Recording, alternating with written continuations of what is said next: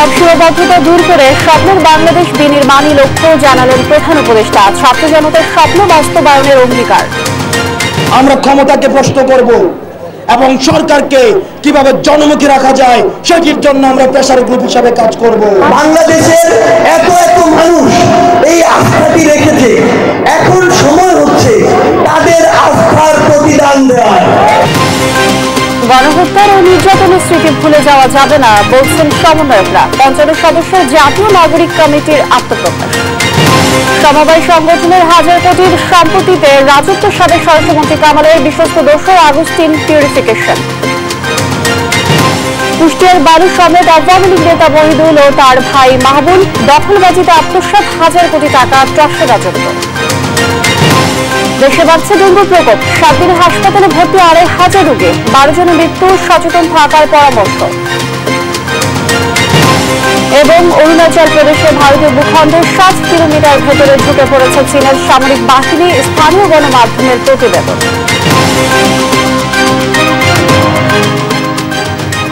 দেখছিলেন শিরোনাম সংবাদ সকালের সঙ্গে আছি আমি লিনিয়া আফরোজ। যে স্বপ্নের বাংলাদেশের জন্য ছাত্র জনতা প্রাণ দিয়েছে তা বাস্তবায়নের আগে দমে না যাওয়ার অঙ্গীকার করতে আহ্বান জানান প্রধান উপদেষ্টা ডক্টর মোহাম্মদ ইউনূস। রাজধানীর তেজগাঁওয়ে প্রধান উপদেষ্টার কার্যালয়ে শাপলা হলে অন্তর্বর্তীকালীন সরকারের ১ মাস পূর্তি উপলক্ষে বৈষম্য বিরোধী ছাত্র আন্দোলনের প্রায় ১৫০ সমন্বয়ক ও ছাত্র নেতাদের সঙ্গে মতবিনিময় সভায় এ আহ্বান জানান সরকার প্রধান। বিস্তারিত শামীমা আক্তারের প্রতিবেদনে। আওয়ামী লীগ সরকার পতনের পর দায়িত্ব নেওয়া অন্তর্বর্তী সরকারের ১ মাস পূর্তি উপলক্ষে শিক্ষার্থীদের সঙ্গে মতবিনিময় সভা করেন প্রধান উপদেষ্টা ডক্টর মোহাম্মদ ইউনূস। প্রধান উপদেষ্টা কার্যালয়ের শাপলা হলে আয়োজিত সভায় যোগ দেয় সারা দেশ থেকে আসা বৈষম্য বিরোধী ছাত্র আন্দোলনের সমন্বয়ক ও গুরুত্বপূর্ণ নেতৃত্ব দেয়া ১৫০ শতাধিক শিক্ষার্থী।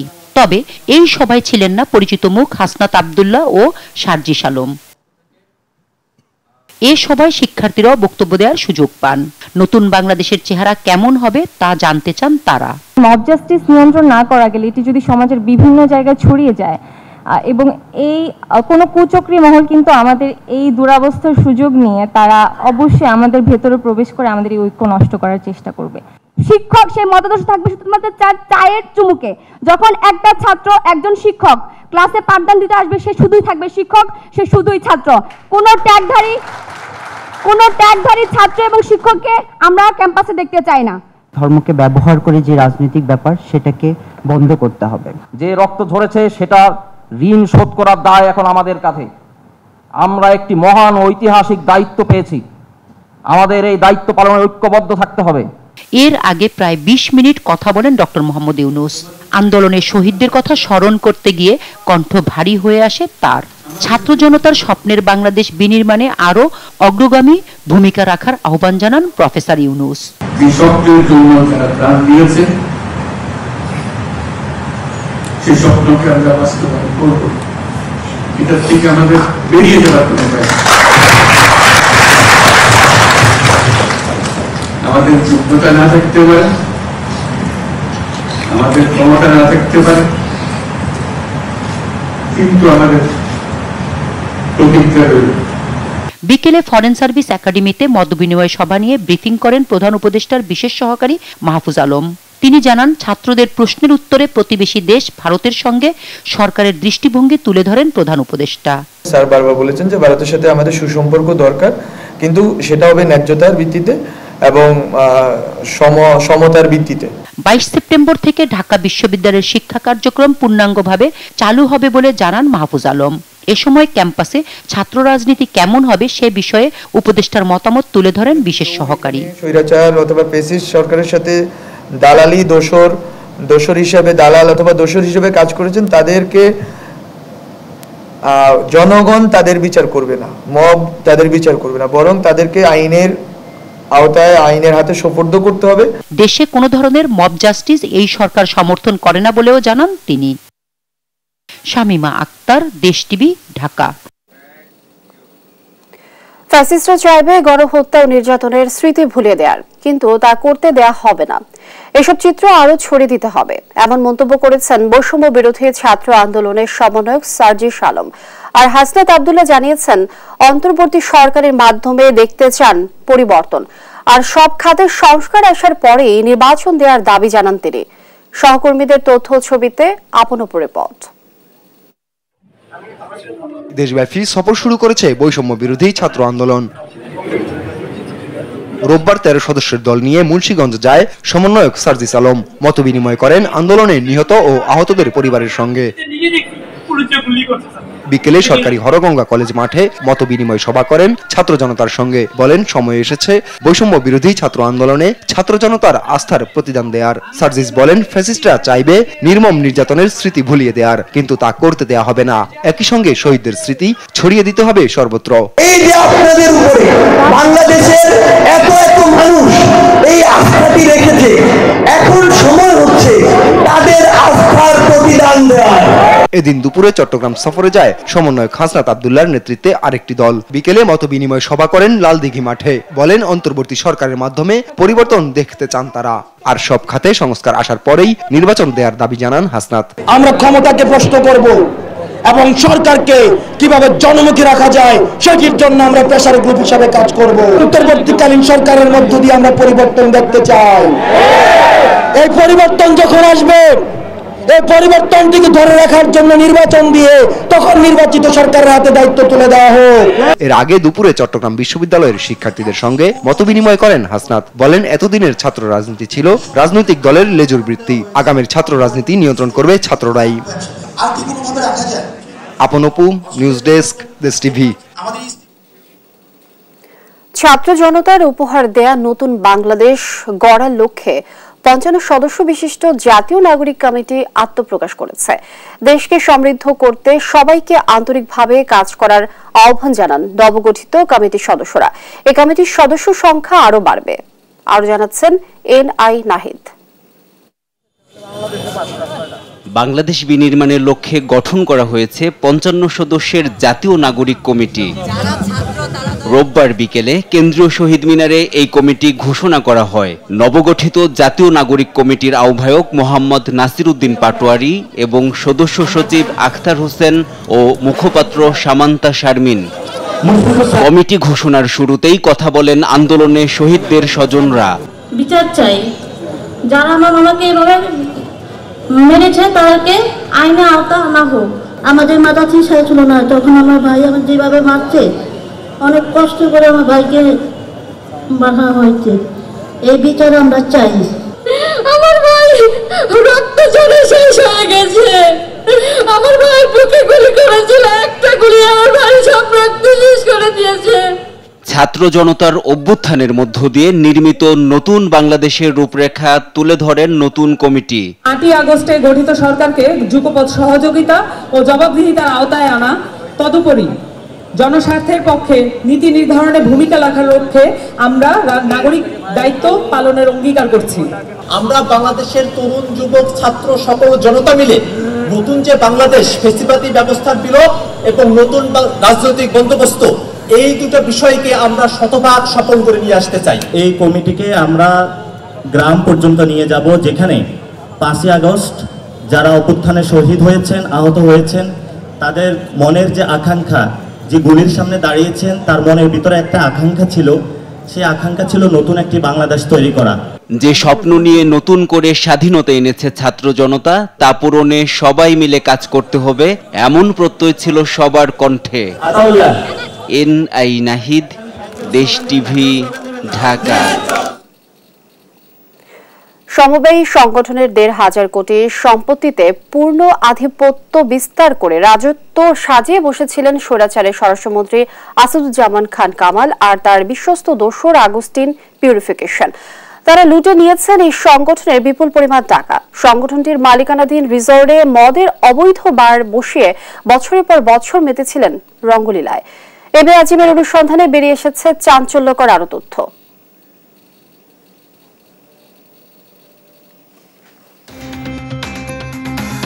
স্বৈরাচারী হাসিনার মতোই ব্যক্তি বন্দনায় তৃপ্তি খুঁজতেন তার সেনাপতি থেকে সেপাইরা। সেই পরিতৃপ্তির অদম্য বাসনায় নিজের মুরাল বানান দর্জি থেকে বিলিয়নিয়ার বনে যাওয়া আগস্টিন পিউরিফিকেশন। আর নিজের বিশ্বস্ত সিপাহীর খায়েশ মেটাতে সেই মুরাল উদ্বোধন করেন স্বৈরাচারের স্বরাষ্ট্রমন্ত্রী আসাদুজ্জামান খান কামাল। ক্ষমতার জোরে আগস্টিনকে বানিয়ে দেন কালভের সভাপতি।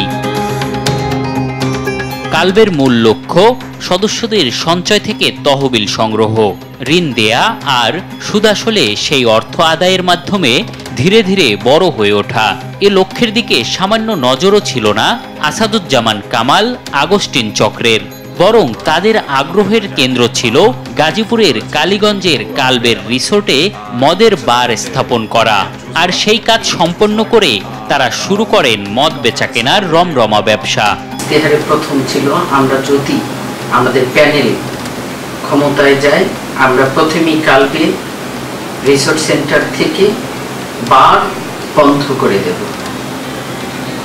কিন্তু দুর্ভাগ্য কাল রিসোর্ট সেন্টারে আমরা নির্বাচিত হওয়ার পরে বারই সবার আগে চালু করলাম।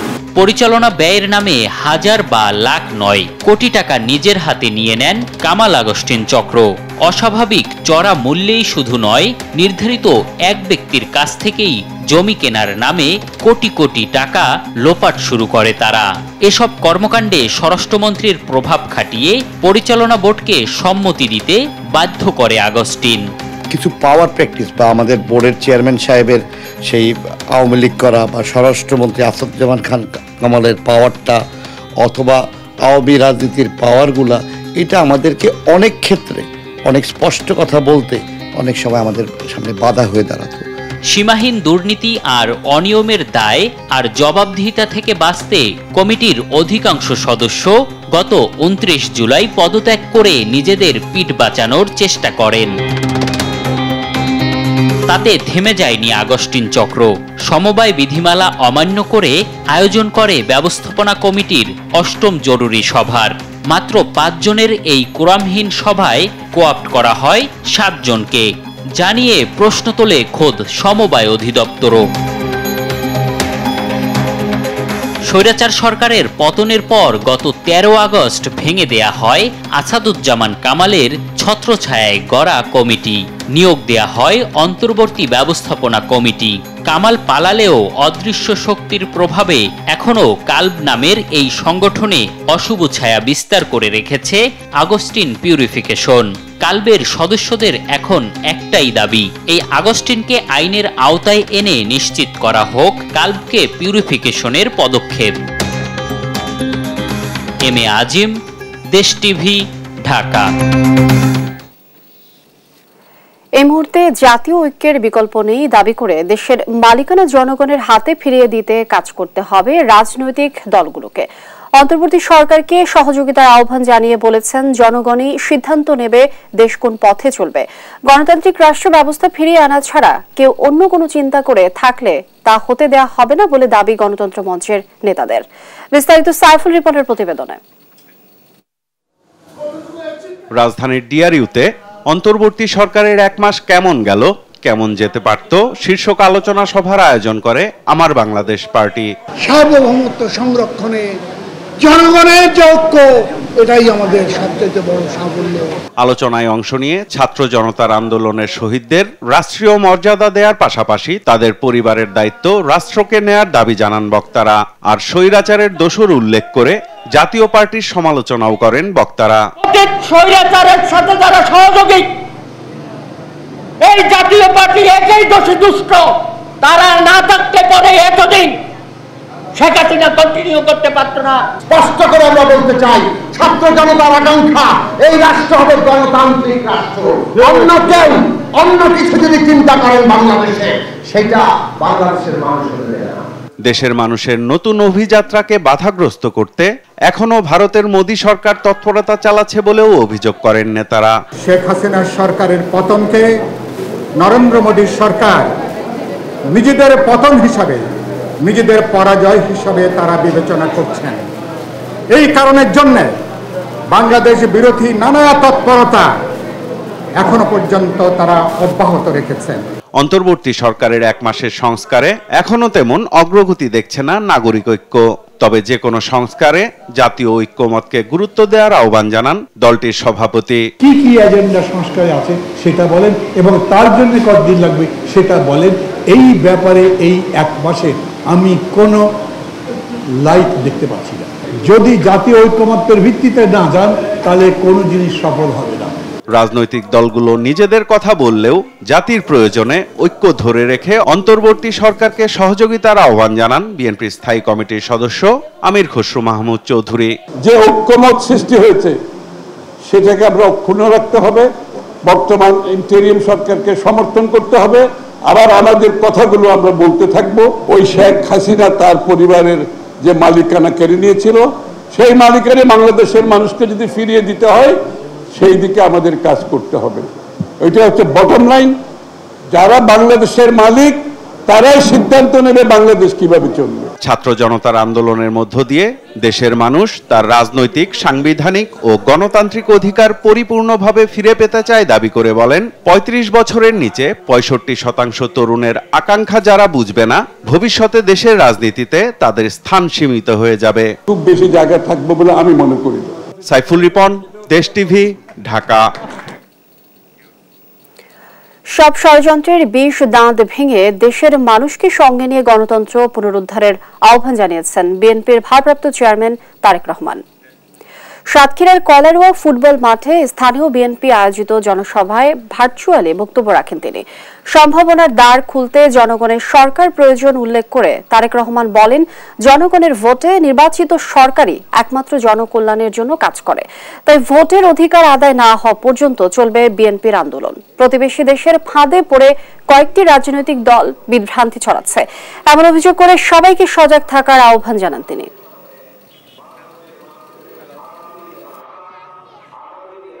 স্বৈরাচারের পতন হয়তো হয়েছে, কিন্তু ষড়যন্ত্র এখনো অব্যাহত রয়েছে। আমি মনে করি, আমি বিশ্বাস করি যে একটি প্রতিবেশী দেশের ফাঁদে পা দিয়েছে আমাদের সেই রাজনৈতিক দলগুলো বা সেই রাজনৈতিক সংগঠনগুলো। সেজন্যই তারা আজ বিভ্রান্তি ছড়ায়, এই রকম কিছু কথাবার্তা তারা বলছে। সকল ষড়যন্ত্রের বিষ ধাত ভেঙে দিয়ে যে কোনো মূল্যে আমরা বাংলাদেশ জাতীয়তাবাদী দল জনগণকে সাথে নিয়ে এই দেশের মানুষের হারিয়ে যাওয়া গণতন্ত্রকে পুনরুদ্ধার করব। দেখছেন সংবাদ সকাল। জুলাই আগস্ট গণহত্যার আলামত সংগ্রহই প্রধান চ্যালেঞ্জ। শিগগিরই সারা দেশে আলামত সংগ্রহ শুরু হবে বলে জানিয়েছেন সদ্য নিয়োগপ্রাপ্ত chief prosecutor advocate Tajul Islam. কারো কাছে গণহত্যার তথ্য প্রমাণ থাকলে আন্তর্জাতিক অপরাধ ট্রাইব্যুনালের তদন্ত সংস্থায় জানানোর অনুরোধ জানান তিনি। বলেন, ভারতের সঙ্গে বন্দি বিনিময় চুক্তির আওতায় মানবতা বিরোধী অপরাধে প্রধান অভিযুক্ত শেখ হাসিনাকে ফিরিয়ে আনার চেষ্টা করা হবে। সাবরিনা মজুমদারের রিপোর্ট। বৈষম্য বিরোধী ছাত্র আন্দোলনের মধ্য দিয়ে পতন ঘটে শেখ হাসিনা সরকারের। 14 আগস্ট থেকে মানবতা বিরোধী অপরাধ ও গণহত্যার দায়ে একের পর এক অভিযোগ জমা পড়ে আন্তর্জাতিক অপরাধ ট্রাইব্যুনালের তদন্ত সংস্থায়।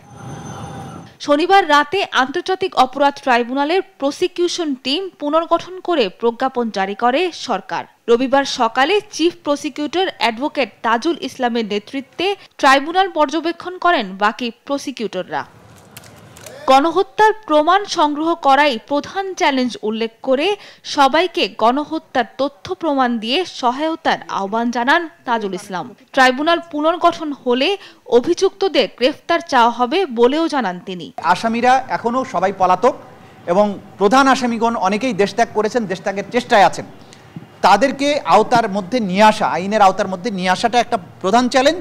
আর আলামতগুলোর দ্রুততম সময়ের মধ্যে নষ্ট হয়ে যাওয়ার আগে সংরক্ষণ করাটা, এই দুটো আমরা চ্যালেঞ্জ মনে করি। তদন্তকালীন সময়ে তাদের আসামি যারা হবেন তাদের গ্রেপ্তার করার প্রয়োজন হবে। গণহত্যার প্রতিটি অভিযোগে মূল অভিযুক্ত সাবেক প্রধানমন্ত্রী শেখ হাসিনা। তাই বন্দি বিনিময় চুক্তির মাধ্যমে তাকে ফিরিয়ে আনার চেষ্টার কথা জানান চিফ প্রসিকিউটর। নিশ্চয়ই আমরা চাইব যে যেহেতু সম্ভাব্য প্রধান পারপিট্রেটর তিনি দেশ থেকে পালিয়েছেন, তাকে দেশে ফিরিয়ে আনার জন্য আইনি প্রক্রিয়া সেটা আমরা শুরু করব। বাংলাদেশের সাথে ভারতের অপরাধী প্রত্যার্পণ চুক্তি, যেটা এক্সট্রাডিশন ট্রিটি, সেটা সম্পাদিত হয়েছে 2013 সালে এবং তিনি শেখ হাসিনা সরকার তিনি যখন ক্ষমতায় ছিলেন তার সময়ই এই চুক্তিটি স্বাক্ষরিত হয়েছে।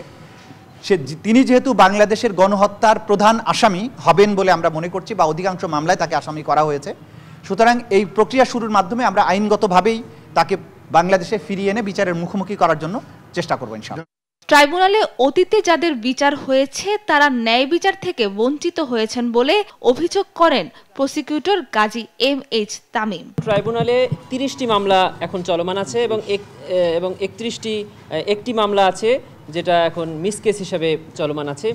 এই মামলায় প্রায় শতাধিক আসামি এখনও গ্রেফতার আছে এবং 1.5 শতাধিক আসামির বিচার এখানে চলমান আছে। এদের ব্যাপারেও আমরা সিদ্ধান্ত নিব খুব শীঘ্রই যে এদেরকে কিভাবে ন্যায় বিচার দেওয়া যায়। সাবিনা মজুমদার, দেশ টিভি, ঢাকা।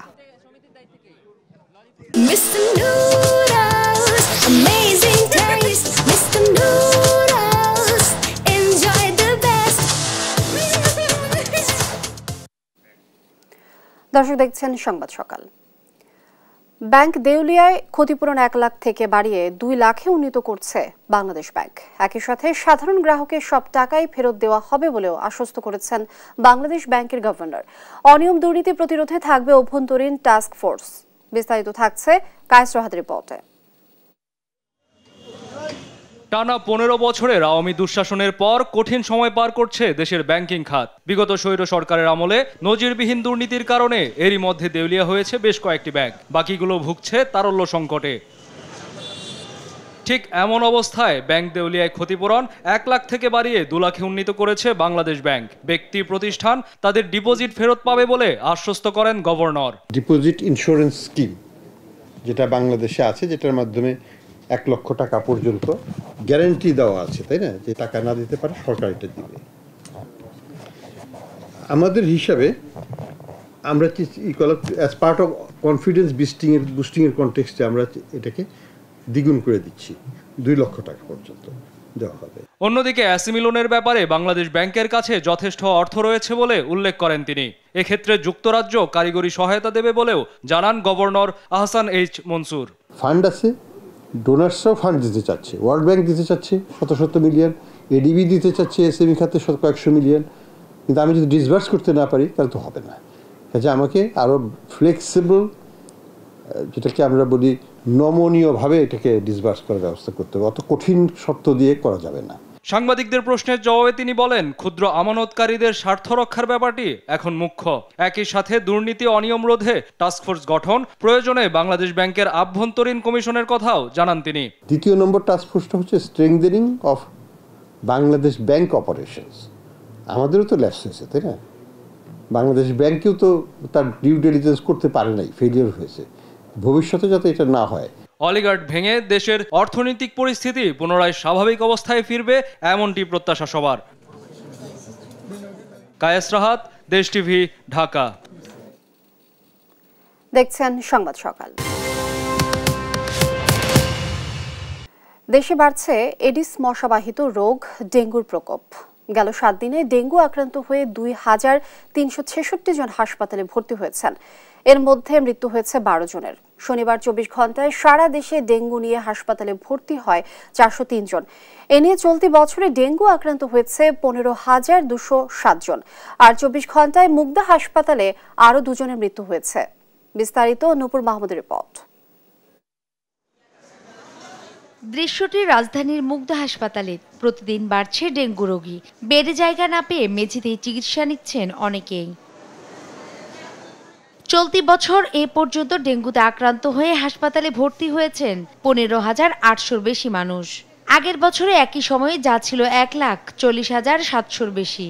চলতি বছরে মৃত্যু হয়েছে 92 জনের, গেল বছর যা ছিল 691 জন। রোগীর স্বজনরা বলছেন, হঠাৎ করে জ্বর নিয়ে ভর্তি হলে জানতে পারেন ডেঙ্গুতে আক্রান্ত হয়েছেন। 3 দিন জ্বর ছিল, পরে টেস্ট করালাম ইবনে সিনা থেকে, তো ওইখান থেকে পজিটিভ আসছে। ওনারে 3 দিন পরে পরীক্ষা রিপোর্ট করলাম, রিপোর্ট করা দেখা গেছে ডেঙ্গু পজিটিভ। তখন আমরা এখানে নিয়ে আসলাম আর কি। দেখা যেতেছে পেটে খুব প্রচুর ব্যথা, পানি জমে গেছে, প্রচুর ব্যথা। তারপরে আমাদের এলাকা থেকে ডাক্তার দেখাইলাম, ওখান থেকে বললো যে পেটে নাকি লিভারের সমস্যা, ওইটা হয়ে গেছে, পরে ওইখান থেকে প্লাটিনামে কমে 86,000 আসছে। মুগদা হাসপাতালের পরিচালক জানান, এখন আর বিশেষ মৌসুম নয়, সারা বছরই মানুষ ডেঙ্গুতে আক্রান্ত হচ্ছে। বৃষ্টি শুরু হলে বেড়ে যায় প্রকোপ। ডেঙ্গু প্রতিরোধে মশা নিরোধক ওষুধ ব্যবহারের পাশাপাশি জনসচেতনতা বাড়ানোর পরামর্শ দেন তিনি। আমাদের বাড়ির চারপাশ, এমনকি আমাদের কমিউনিটি, আমাদের মহল্লার চারপাশটা যেন পরিষ্কার থাকে সেই ব্যবস্থাটা তৈরি করা, সেটা যেভাবেই হোক, পার্সোনাল লেভেলে স্থানীয় লোকবল একত্রিত করে এই পরিষ্কার পরিচ্ছন্নতা মেনটেন করা, এবং আমাদের যে ট্র্যাশ ক্যানগুলো আমরা তৈরি করি সেই ট্র্যাশ যেন বাইরে ছড়িয়ে না থাকে সেই ব্যবস্থাগুলো করা। পরে থাকলে যেটা হবে, একজন মানুষের বাড়ির পাশেই একটা ছোট কাপের মধ্যে একটু পানি জমলো, সেখান থেকে যে ডেঙ্গির জন্য যে এডিস মশা উৎপন্ন হলো সেই মশা তাকেই কিন্তু কামড় দেবে, তার একটা ভয়াবহ পরিস্থিতি তৈরি হয়ে যেতে পারে। সুতরাং তাকে পার্সোনাল লেভেলে এই হাইজিনটা মেনটেন করতে হবে। 2023 সালে দেশের ইতিহাসে ডেঙ্গুতে সর্বোচ্চ 3,21,179 জন আক্রান্ত হয়। তাদের মধ্যে মারা যায় 1,705 জন। নুপুর মাহমুদ, দেশ টিভি, ঢাকা। রাজশাহীতে চলছে মামলার হিড়িক। 5 আগস্টের পর জেলা ও মহানগরে মামলা হয়েছে 67। যেসব মামলার আসামি আওয়ামী লীগ নেতাকর্মীরা, দেশে ছিলেন না এমন নেতাকেও আসামি করা হয়েছে। তালিকা রয়েছে নিজ দলের নেতারাও, যা নিয়ে বিব্রত বিএনপির সিনিয়র নেতারা। রাজশাহী থেকে কাজী সাহেদের প্রতিবেদন। রাজশাহীর গোদাগাড়ী পৌর আওয়ামী লীগের সাধারণ সম্পাদক নাসিমুল হক চিকিৎসার জন্য ভারতে ছিলেন। 3 আগস্ট গিয়ে 13 আগস্ট দেশে ফেরেন। 5 আগস্ট থানায় হামলা ও ভাঙচুরের ঘটনায় দায়ের হওয়া মামলার আসামি তিনি। কৃষক দলের নেতা মামলা করেছেন, তাতে আওয়ামী লীগ নেতাকর্মীদের সঙ্গে আসামি বিএনপি নেতাকর্মীরা। এ নিয়ে মানববন্ধন করে ওই নেতাকে দল থেকে বহিষ্কারের দাবি তুলেছেন স্থানীয়রা।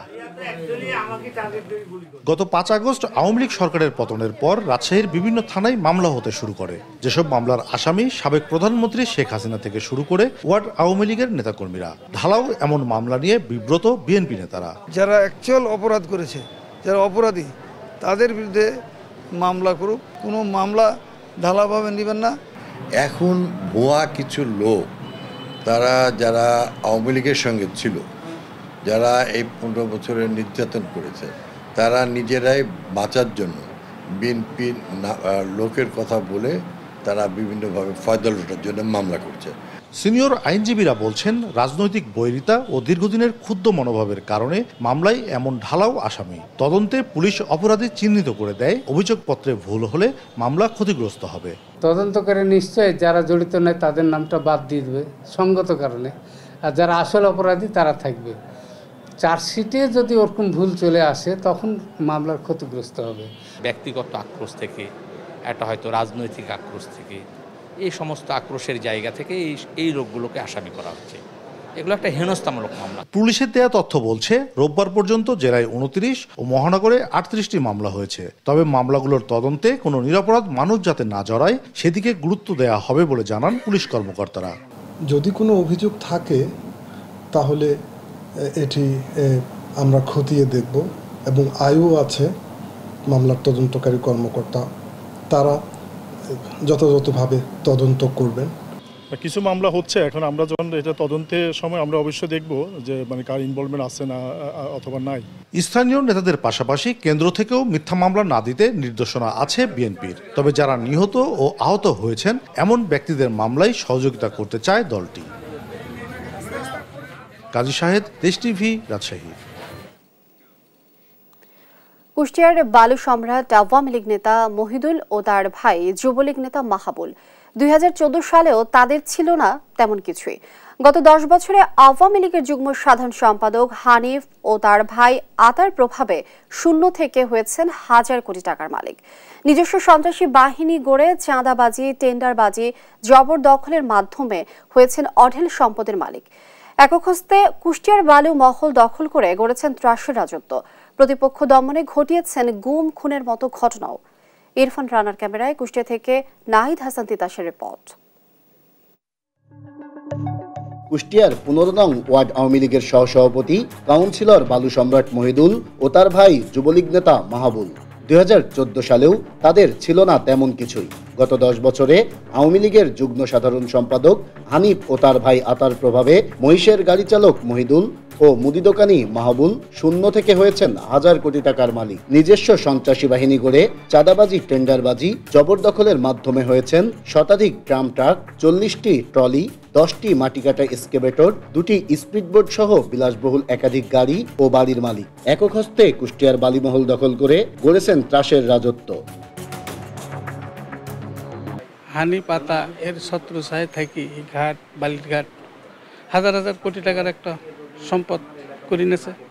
এই আতার হানিপের দ্বারা তাই দুইজনের সহযোগিতায় তারা এইগুলো করে তোলা শিখ পাইছে। 100 টাকা ট্রাকের মালিক হয়ে গেছে, ভাটা আছে, ভাটাও হয়ে গেছে তার। আগে ছেলেকে আগে ছিল 8টা ট্রাক, 8টা ট্রাকের থেকে অনেক ট্রাক বানানো হচ্ছে। তাদের দুই ভাইয়ের এ রাজত্বে প্রতিপক্ষ দমনে তারা সাধারণ মানুষের উপর চালিয়েছেন নির্যাতন, ঘটিয়েছেন গুমখুনের মতো ঘটনাও। এদের আইনের আওতায় এনে কঠোর শাস্তির দাবি স্থানীয়দের। আমাদের এলাকাতে যে রাস্তাটা, এটা বালিরঘাট কেন্দ্রিক, তো বিভিন্ন গাড়ি ঘোড়া চলার কারণে আমাদের রাস্তাটা একদম বেহাল দশা। তো এই বিষয় নিয়ে আমি জাস্ট একটা ভিডিও আপলোড করার কারণে তারা এবং মহিদুল কমিশনার এবং তার দলবল সহ এবং তার ছেলে মেহেদি সহ আমাকে ধরেন আমার উপরে প্রহার করে, আমার সঙ্গে গ্যাঞ্জাম হয় এবং আমাকে ওই সেই ভিডিওটাকে ডিলিট করার জন্য চাপ দিয়ে ডিলিট করানো হয়। এর সুষ্ঠু তদন্ত হোক, আইনানুগ ব্যবস্থা নেওয়া হোক, এবং এই অসহায় মানুষদের উপরে যেসব নির্যাতন করা হয়েছে তার দৃষ্টান্তমূলক শাস্তি হোক।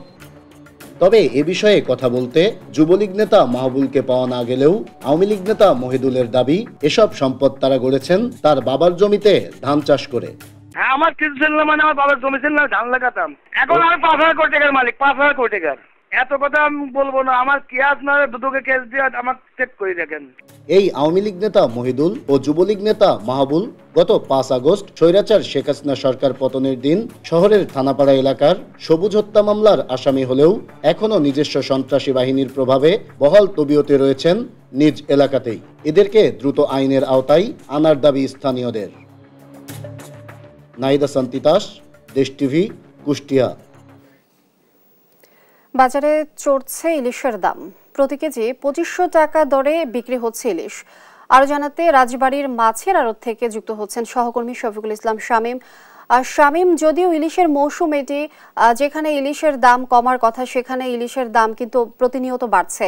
আপনি জানাবেন বাজারের কি অবস্থা দেখছেন এই মুহূর্তে, আর ক্রেতারা কি বলছেন?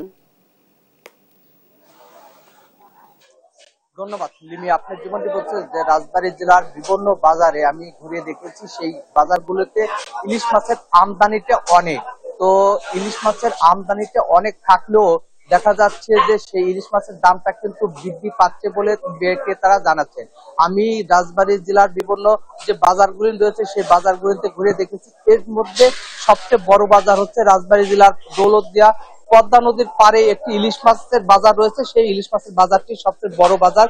এখানে প্রতিদিন 20 থেকে 25 লক্ষ টাকার ইলিশ মাছ আমদানি রপ্তানি হয়। ইলিশ মাছের পাশাপাশি এখানে রুই, কাতল, বোয়াল সহ যে বড় বড় যে ইলিশ মাছ রয়েছে সেই মাছগুলো কিন্তু এখানে আমদানি রপ্তানি হয়। তবে এখানে বিক্রেতাদের সাথে আমি কথা বলেছি, তারা কিন্তু একটি কথা অপকটে স্বীকার করেছেন যে এখানে আমদানির সাথে যে দামটা বৃদ্ধি পায় বা কমে, এখানে যেদিন আমদানিটা বেশি হয় সেদিন দামটা একটু কমে বা চাহিদার উপরেও নির্ভর করে ইলিশ মাছের দামটা।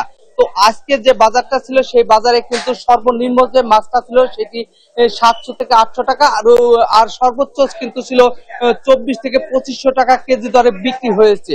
আমি এই ইলিশ মাছের যারা ব্যবসায়ী রয়েছে তাদের সাথে কথা বলেছি, তারা জানিয়েছেন যে পদ্মা নদীর যে ইলিশ মাছটি সেই ইলিশ মাছটি কিন্তু অতিরিক্ত দাম, তারা 2500 টাকা কেজি দরে বিক্রি করেছে। পাশাপাশি এই জায়গাটা বরিশাল থেকে কিছু মাছ আসে, সেই ইলিশ মাছ আছে, সেই ইলিশ মাছের দামটা কিন্তু অনেকটাই কম। তবে সবশেষে বলা যায় যে দৌলতদিয়া বাজারে, রাজবাড়ী জেলার যে বাজারটা রয়েছে এই বাজারে 2000 টাকা থেকে 2500 টাকা কেজি দরে বেশি ইলিশ মাছ বিক্রি হচ্ছে। আর যে ছোট ছোট যে মাছটা রয়েছে, জাটটা মাছটা, সেটা 6 থেকে 800 টাকা কেজি দরে বিক্রি হচ্ছে। তবে ব্যবসায়ীরা জানাচ্ছেন যে যেদিন আমদানি বেশি হয় সেদিন হয়তো দামটা কিছুটা কমে, আমদানি যেদিন কম হয় সেদিনকে কিন্তু এর চেয়েও বেশি বৃদ্ধি হয় বলে তারা জানিয়েছেন। তো এই জায়গা থেকে বিভিন্ন জেলা থেকেও কিন্তু মাছ কিনতে আসে। তো সবশেষে বলা যায় যে এই দৌলতদিয়া রাজবাড়ী জেলার ইলিশ মাছের বাজারটা কিন্তু এখনো পর্যন্ত কমে নাই, প্রতিদিনই কিন্তু আরো বৃদ্ধি পাচ্ছে। তো এই ছিল রাজবাড়ী জেলায় ইলিশ মাছের বাজারের সর্বশেষ সংবাদ। আমি এখন চলে যাচ্ছি স্টুডিওতে। শামীম, ধন্যবাদ আপনাকে। দর্শক, রাজবাড়ী থেকে যুক্ত ছিলেন সহকর্মী শামীম, তিনি জানাচ্ছিলেন বাজারে ইলিশের দরদাম নিয়ে বিস্তারিত। দেখছেন সংবাদ সকাল। ভারতের উত্তর পূর্বাঞ্চলীয় গুরুত্বপূর্ণ 7 রাজ্যের অন্তর্ভুক্ত অরুণাচল প্রদেশে দেশটির ভূখণ্ডের প্রায় 60 কিলোমিটার ভেতরে ঢুকে পড়েছে চীনের সামরিক বাহিনী। ভারতীয় ভূখণ্ডে ঢুকে অরুণাচল প্রদেশের আনজাও জেলার কাপাপু এলাকায় ক্যাম্পও করেছে চীনের পিপলস লিবারেশন আর্মি। অরুণাচলের স্থানীয় সংবাদ মাধ্যম অরুণাচল 24 ও নিউজ 5 সরেজমিনে ঘুরে তৈরি করা এক প্রতিবেদনে চাঞ্চল্যকর এই তথ্য জানিয়েছে। দেশটির সংবাদ মাধ্যমকে একাধিক সূত্র বলেছে, কাপাপু এলাকায় কাঠে আগুন ধরানো, পাথরের গায়ে রং ব্যবহার করে লেখা চীনের নাম এবং চীনা খাদ্য সামগ্রীর ছবি দেখে বোঝা যায় সেখানে প্রায় 1 সপ্তাহ আগে চীনা সৈন্যদের অনুপ্রবেশ ঘটেছে। নিউজ 5 বলছে, 2 দেশকে বিভক্তকারী ম্যাকমোহন লাইনের হাদিগ্রা পাসের কাছের কাপাপুতে ইন্দো তিব্বত বর্ডারে পুলিশের একটি ক্যাম্পের অবস্থান রয়েছে। আর আনজাও জেলার নিকটতম প্রশাসনিক এলাকা চাগলাগাম ম্যাকমোহন লাইন থেকে প্রায় 90 কিলোমিটার দূরে অবস্থিত। এছাড়া চাগলাগাম থেকে প্রায় 80 কিলোমিটার দূরে পার্বত্য এলাকায় গ্লাই তারুকরু পাসের অবস্থান।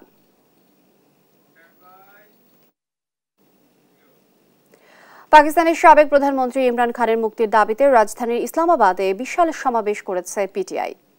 এই সমাবেশ থেকে ইমরানকে মুক্তি দিতে 2 সপ্তাহ সময় বেঁধে দিয়েছে দলটি।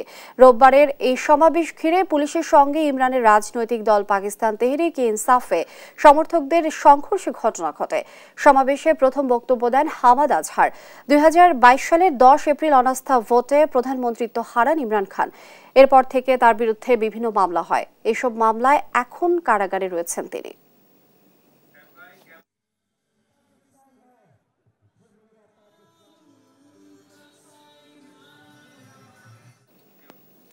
এবার খেলার সংবাদ।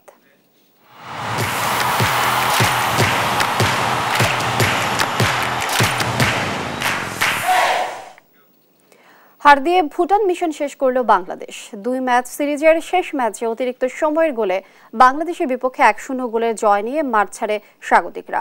পুরো ম্যাচে ছন্নছাড়া ফুটবল খেলে কখনোই প্রতিপক্ষের উপর চড়াও হতে পারেনি জামাল তোপুরা। রাইফুল ইসলাম রাতুলের প্রতিবেদন। হয়েও হলো না, পেরেও পারল না বাংলাদেশ। ভুটানের বিপক্ষে শেষ ম্যাচটায় অন্তত পয়েন্ট ভাগাভাগি করে মাঠ ছাড়তে সম্ভাবনা ছিল, হয়তো চাইলেও সেটা করতে পারত হ্যাভিয়ার কাবরেরার শিষ্যরা। প্রথম ম্যাচে জয় পেলেও মাঠের ফুটবলে মন ভরাতে পারেনি বাংলাদেশ। ভাগ্যদেবীর সহায় হওয়াতে পেয়েছিল 3 পয়েন্ট। তবে দ্বিতীয় ম্যাচে আর ভাগ্য হয়নি সহায়। তাই তো নির্মম বাস্তবতায় শেষ মুহূর্তের গোল হজম করে হার নিয়ে মাঠ ছাড়তে হয়েছে জামাল ভুঁইয়াদের। ম্যাচের প্রথম থেকেই এলোমেলো, নিষ্প্রাণ, নখদন্তহীন আক্রমণে সাজানো ছিল বাংলাদেশের ফুটবল। রাকিবের বদলে ইমন আর বিশ্বনাথের বদলে ঈশা হারিয়ে খুঁজেছেন নিজেদের। সোহেল রানা, ফয়সাল আহমেদ আর শেখ মোরসালিনও ছিলেন নিশ্চুপ পুরো ম্যাচে। দ্বিতীয়ার্ধে আক্রমণ বাড়াতে ইমনের জায়গায় অভিষিক্ত মিরাজুল, ফাহিমের জায়গায় রাব্বি আর ঈশাকে তুলে নামানো হয় জনিকে। শেষের দিকে নামেন জামাল ভুঁইয়াও, কিন্তু গোলের দেখা পাওয়া তো দূরের কথা, পারেননি গোলের সুযোগ তৈরি করতে। উল্টো যোগ করার সময়ে বক্সের ভেতর থেকে কিংগা ওয়াংচুকের শটে বল খুঁজে পায় জাল, আর তাতেই আবারও লজ্জার হার নিয়ে ভুটান সফর শেষ করতে হয় লাল সবুজ প্রতিনিধিদের। রাফিউল ইসলাম রাতুল, স্পোর্টস ডেস্ক, দেশ টিভি। এই ছিল এখনকার সংবাদ সকাল। পরে বুলেটিন দেখার আমন্ত্রণ রইল। এছাড়া দেশ টিভির সর্বশেষ সব খবর পেতে ভিজিট করুন www.desh.tv। ফেসবুকে আমাদের সঙ্গে যুক্ত থাকুন দেশ টিভি অথবা দেশ টেলিভিশন পেজে। এছাড়া সর্বশেষ সব ভিডিও পেতে ইউটিউবে আমাদের হ্যান্ডেল @দেশ টেলিভিশন অথবা @দেশ টিভি নিউজ লিখে সার্চ করুন। ধন্যবাদ সবাইকে।